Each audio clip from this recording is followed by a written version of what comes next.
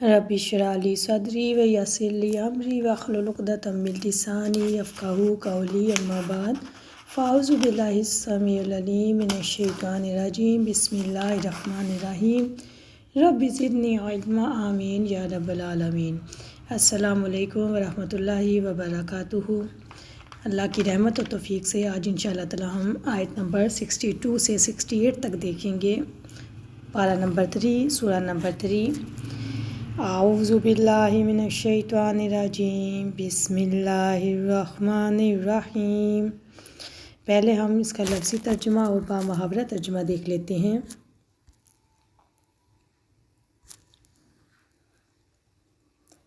فَإِنْ ان بلا شبہ ھذا یہ لاہوا یقیناً وہی القصص قصص کہانی کو کہا جاتا ہے، کہانی بیان ہے، الحق سچا، وما اور نہیں، من الہ کوئی معبود الا اللہ مگر اللہ تعالیٰ، وَإِنَّ اللَّهَ اور بلا شبہ اللہ تعالیٰ لاہوا یقیناً وہی ہے العزیز سب پر غالب، الحکیم کمال حکمت والا۔ فَإِن پھر اگر تولوا وہ منہ موڑے، فَإِنَّ اللَّهَ تو یقیناً اللہ تعالیٰ علیم خوب جاننے والا ہے، بالمفسدین فساد کرنے والوں کو۔ کل آپ کہہ دے اے نبی، یا اہل الکتاب اے اہل کتاب، تعالوا تم آؤ، الی کلمہ اس کلمے کی طرف، سواء جو برابر ہے، بیننا ہمارے درمیان، و بینکم اور تمہارے درمیان، اللہ یہ کہ نہ نعبدو ہم نہ ہے ہم عبادت کریں، الا مگر اللہ تعالیٰ کی، والا اور نہ نشرک ہم شریک ٹھہرائیں، بھی اس کے ساتھ شیئا کسی چیز کو، والا اور نہ یتخذ بنائے بعضنا ہم میں سے بعضن بعض کو، اربابا رب، من دون اللہ تعالیٰ کے سوائے۔ فَإِن پھر اگر تولوا وہ منہ موڑ لیں، فَقُولُوا تو آپ کہتے ہیں، اشہدوا تم گواہ ہو جاؤ، بِأَنَّا بلا شبہ ہم مسلمون مسلمان ہیں۔ یا اہل الکتاب اہل کتاب، لما کیوں تحاجون تم جھگڑتے ہو، فی ابراہیم کے بارے میں، وما حالانکہ نہیں، انزلت نازل کی گئی، تورات والانجیل اور انجیل، الا مگر من بعد ہی اس کے بعد، افلا تعقلون تو کیا تم نہیں سمجھتے۔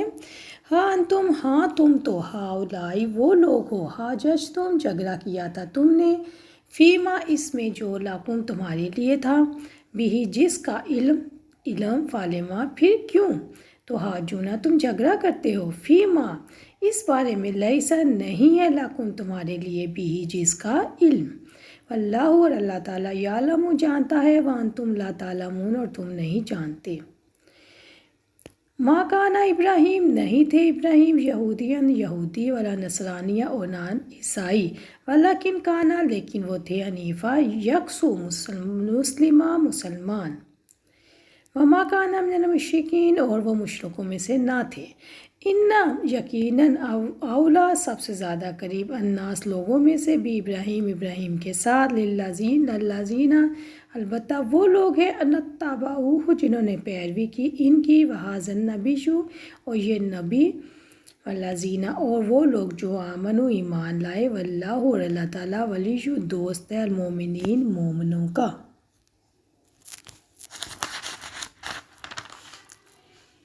یقین مانو یہی سچا بیان ہے، اور اللہ کے سوا کوئی حقدار عبادت نہیں، اور اللہ ہی بڑے غلبے اور بڑی حکمت والا ہے۔ اب اگر وہ بھی پھر جائیں تو یقین مانو اللہ تعالیٰ فسادیوں سے خوب واقف ہے۔ کہہ دیجئے اے اہل کتاب، ایک ایسی بات کی طرف آ جاؤ جو ہمارے اور تمہارے درمیان مساوی ہے، مشترک ہے، سیم ہے، یہ کہ ہم سب اللہ کے سوا کسی کی عبادت نہ کریں، اس کے ساتھ کسی کو شریک نہ ٹھہرائیں، اور نہ ہم میں سے کوئی اللہ کو چھوڑ کر کسی کو اپنا رب بنائے۔ پھر اگر وہ پھر جائیں تو کہہ دو، گواہ رہو، ہم مسلمان ہیں۔ اے اہل کتاب، ابراہیم کے بارے میں کیوں جھگڑتے ہو، حالانکہ تورات اور انجیل ان کے بعد ہی اتری ہے، پھر کیوں عقل سے کام نہیں لیتے۔ تم وہ ہو جنہوں نے ان باتوں میں جن کا تمہیں کچھ علم تھا جھگڑا کیا، پھر ان میں کیوں جھگڑتے ہو جن کا تمہیں علم نہیں، اور اللہ کو علم ہے تم کو علم نہیں۔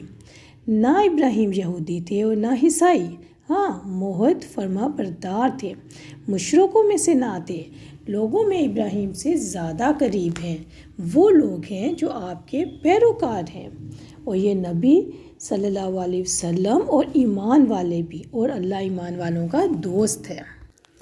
اللہ کی رحمت اور توفیق سے ہم آیت نمبر 62 سے سٹارٹ کرتے ہیں۔ ان ھذا لہو القصص الحق، یقیناً یہ سچا بیان ہے اور اللہ تعالیٰ کے سوا کوئی معبود نہیں۔ اس سے مطلب یہ ہے کہ جو حضرت عیسیٰ کے بارے میں اللہ تعالیٰ فرما رہے ہیں یہ بالکل سچا بیان ہے۔ وہ کلمۃ اللہ تھے، ان کو حضرت مریم علیہ السلام کی طرف القاء کیا گیا تھا، اور ان کی جانب سے روح اور اللہ کے بندے اور اس کے رسول ہیں۔ وَمَا مِن دُونِ اللَّهِ، اللہ تعالیٰ کے سوا یقیناً کوئی عبادت کے لائق نہیں۔ اور ہم سے یہ تقاضا ہے، اللہ تعالیٰ یہ ہم سے تقاضا کرتے ہیں کہ ہم اللہ تعالیٰ کو اپنا واحد رب مانگنے اور صرف اس کی غلامی کریں۔ وَإِنَّ اللَّهَ لَهُوَ الْعَزِيزُ الْحَكِيمُ، بے شک اللہ تعالیٰ العزیز ہے، وہ ہر چیز پر غالب ہے، ہر چیز اس کے قبضہ قدرت میں ہے۔ الحکیم، اللہ تعالیٰ حکیم ہے، وہ حکمت والا ہے جو ہر چیز کو صحیح مقام پر رکھتا ہے۔ فَإِن تَوَلَّوْا، اگر پھر بھی وہ منہ موڑ لیں تو اللہ تعالیٰ فساد کرنے والوں کو خوب جانتا ہے، یعنی اللہ تعالیٰ خوب جانتا ہے کہ کون فساد کرنے والا ہے، کون سیدھے راستے پر چلنے والا ہے۔ دنیا کا فساد شرک ہے۔ یہاں پہ اللہ تعالیٰ نے اپنے علیم ہونے کا یقین دلایا ہے کہ اللہ اس طریقے سے دلایا ہے کہ اللہ تعالیٰ نے حضرت عیسیٰ کے حالات کے سچے بیان سے، یہودیوں کی خفیہ تدبیروں کے علم سے، مبالغے کی دعوت اور اس پر رد عمل کے علم سے، اور یہودیوں کے فساد کے علم سے اپنے علیم ہونے کا یقین دلایا ہے۔ یعنی یہاں پہ یہ کہا جا رہا ہے کہ اگر یہ سچا واقعہ جو حضرت عیسیٰ علیہ السلام کے بارے میں بیان کیا گیا، اگر یہ لوگ سچا واقعہ اس کو نہ مانیں تو یقیناً شرارت پسند ہے اور فسادی ہیں، کیونکہ حق کو چھوڑ کر باطل پہ جم جانا شرارت پسندوں ہی کا کام ہے۔ اللہ کو خوب معلوم ہے کہ یہ کیا فساد مچانا چاہتے ہیں، اور اللہ تعالیٰ ان کو فساد کا پورا بدلہ دینے والا ہے۔ اب اگر ہم اس پورے رکوع میں حضرت عیسیٰ علیہ السلام اور عیسائیت کے بارے میں دیکھیں کہ کیا کیا پوائنٹس ہیں جن پر روشنی ڈالی گئی ہے، تو مختصراً میں ان سب کی آپ کو پوائنٹس بتا دیتی ہوں۔ نمبر 1، عیسیٰ علیہ السلام کے خدا یا خدا کا بیٹا ہونے کا جو عقیدہ ہے اس کی کوئی وجہ بھی درست نہیں۔ نمبر 2، اللہ تعالیٰ نے حضرت عیسیٰ علیہ السلام کو اپنی مصلحت کے تحت غیر معمولی انداز سے پیدا کیا۔ نمبر 3، اللہ تعالیٰ ہی نے انہیں معجزات عطا فرمائے۔ نمبر 4، اللہ تعالیٰ نے ہی انہیں صلیب پر نہ چڑھنے دیا۔ نمبر 5، اختیار اللہ تعالیٰ کا ہے، وہ اپنے جس بندے کو جیسے چاہے استعمال کر لے۔ نمبر 6، کسی انسان کے ساتھ خاص برتاؤ دیکھ کر یہ نتیجہ نکالنا کہ وہ خود مالک تھا یا مالک کا بیٹا تھا یا اس کی ملکیت میں شریک تھا، تو ایسا کرنا درست نہیں۔ نمبر 7، حضرت عیسیٰ علیہ السلام اور محمد رسول اللہ صلی اللہ علیہ وسلم کی دعوت اور ان کے مشن میں کوئی فرق نہیں۔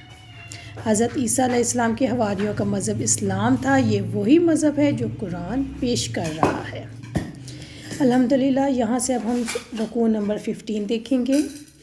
کل یا اہل الکتاب، آپ کہہ دیں اے اہل کتاب، اس کلمے کی طرف آؤ جو ہمارے اور تمہارے درمیان برابر ہے۔ کلمے سے مراد وہ کلمہ ہے جس کی بنیاد پہ سب متحد ہو سکتے ہیں، جس پر تمام رسولوں کا اتفاق ہے، تمام قوموں کی یہ بات مانی ہوئی ہے کہ اللہ کے سوا کسی مخلوق کی عبادت حرام ہے، اور اللہ کی ذات اور صفات اور افعال میں کسی کو شریک ٹھہرانا بھی بہت بھاری گناہ ہے۔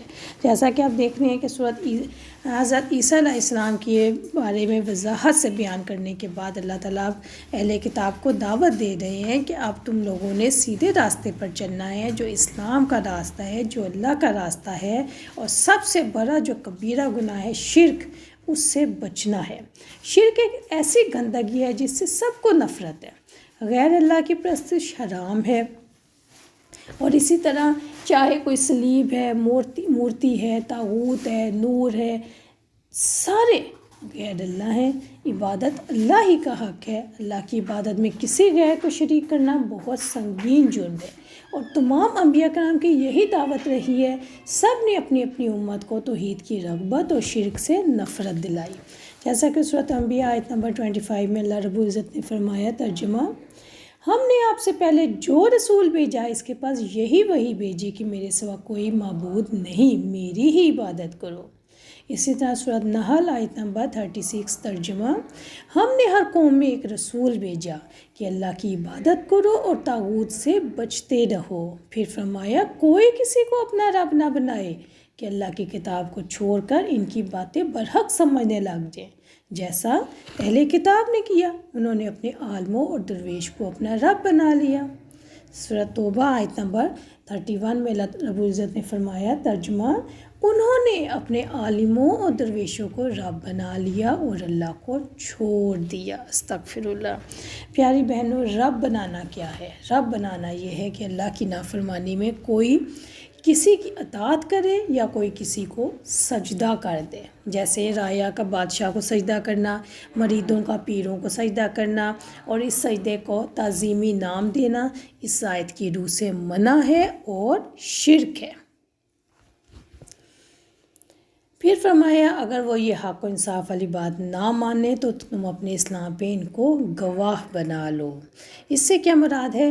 میں یہاں پہ واقعہ بیان کرنا چاہتی ہوں۔ بخاری میں ابو سفیان اور ہرقل والا واقعہ بیان کیا گیا ہے کہ ہرقل جو شاہ روم تھا، روم کا بادشاہ تھا، اس کا نام ہرقل تھا، اس نے ابو سفیان سے آپ صلی اللہ علیہ وسلم کا حسب نسب، آپ کے اوصاف اور آپ کی دعوت کے بارے میں پوچھا۔ ابو سفیان کو ہرقل کے سامنے آپ کی خاندانی شرافت کا اور آپ کے بلند اوصاف کا اقرار کرنا پڑا، حالانکہ اس وقت ابو سفیان مشرک تھے، کیونکہ یہ واقعہ صلح حدیبیہ کے بعد کا تھا اور فتح مکہ سے پہلے کا تھا۔ ہرقل نے یہ بھی پوچھا کہ آپ بدعہد تو نہیں؟ ابو سفیان کہنے لگا، نہیں، البتہ ہم نے ان سے ایک مدت کے لیے صلح کر لی ہے، نامعلوم وہ اس میں کیا کریں گے۔ یعنی ابو سفیان کو آپ کی ذات میں کوئی بھی نیگیٹو پہلو دکھائی نہیں دیا۔ اس اگلی آیت کے بارے میں انشاءاللہ تعالی ہم اگلی ویڈیو میں بات کرتے ہیں۔ السلام علیکم ورحمۃ اللہ وبرکاتہ۔